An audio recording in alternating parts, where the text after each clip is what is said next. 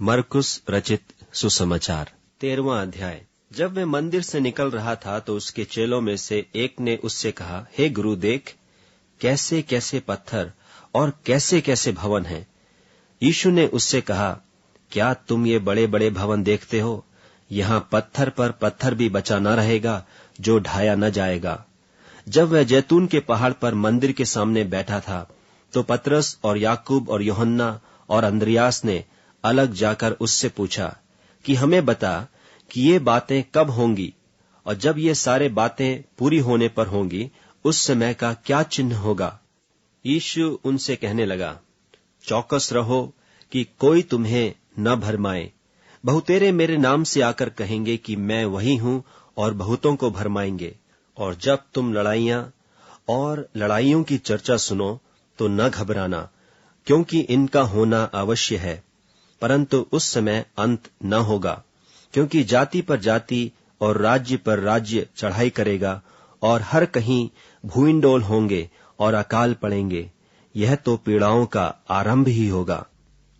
परंतु तुम अपने विषय में चौकस रहो, क्योंकि लोग तुम्हें महासभाओं में सौंपेंगे और तुम पंचायतों में पीटे जाओगे और मेरे कारण हाकिमों और राजाओं के आगे खड़े किए जाओगे ताकि उनके लिए गवाही हो। पर अवश्य है कि पहले सुसमाचार सब जातियों में प्रचार किया जाए। जब वे तुम्हें ले जाकर सौंपेंगे तो पहले से चिंता न करना कि हम क्या कहेंगे, पर जो कुछ तुम्हें उसी घड़ी बताया जाए वही कहना, क्योंकि बोलने वाले तुम नहीं हो परंतु पवित्र आत्मा है। और भाई को भाई और पिता को पुत्र घात के लिए सौंपेंगे और लड़के बाले माता पिता के विरोध में उठकर उन्हें मरवा डालेंगे। और मेरे नाम के कारण सब लोग तुमसे बैर करेंगे, पर जो अंत तक धीरज धरे रहेगा उसी का उद्धार होगा। सो जब तुम उस उजाड़ने वाली घृणित वस्तु को जहां उचित नहीं वहां खड़ी देखो, पढ़ने वाला समझ ले, तब जो यहूदिया में हो वे पहाड़ों पर भाग जाएं। जो कोठे पर हो वह अपने घर से कुछ लेने को नीचे न उतरे और न भीतर जाए, और जो खेत में हो वह अपना कपड़ा लेने के लिए पीछे न लौटे। उन दिनों में जो गर्भवती और दूध पिलाती होंगी उनके लिए हाय हाय। और प्रार्थना किया करो कि यह जाड़े में न हो, क्योंकि वे दिन ऐसे क्लेश के होंगे कि सृष्टि के आरंभ से जो परमेश्वर ने सृजी है अब तक न तो हुए और न फिर कभी होंगे।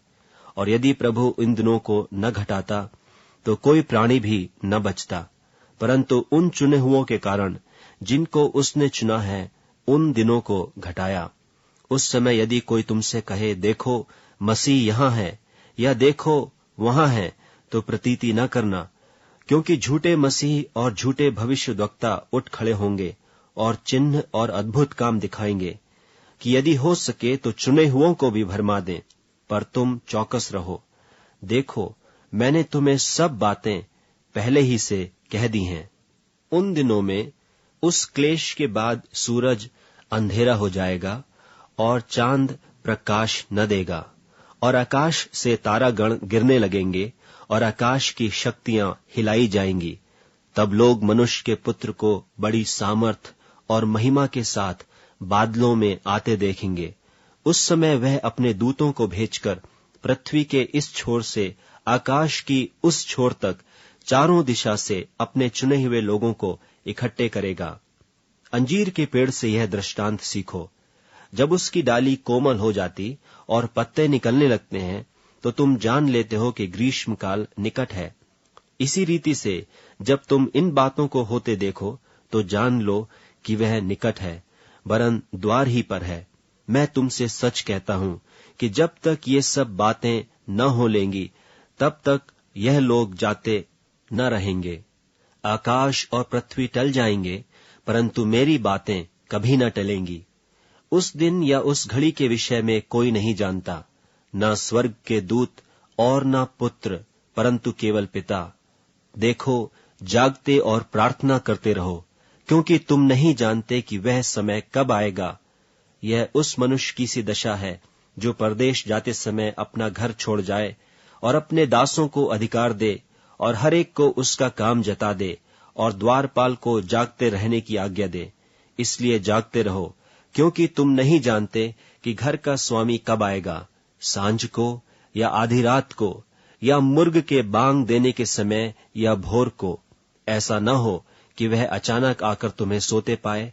और जो मैं तुमसे कहता हूं वही सबसे कहता हूं, जागते रहो।